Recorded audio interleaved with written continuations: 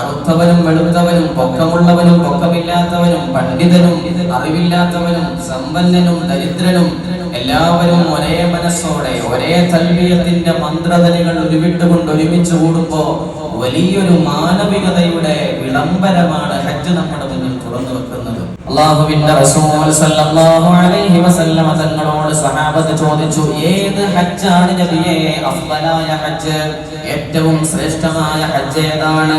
നബി തങ്ങൾ മറുപടി പറഞ്ഞു, അൽ ഹജ്ജു വസ്സജ്ജു. രണ്ട് പദമാണ് പറഞ്ഞത്, അൽ ഹജ്ജു വസ്സജ്ജു.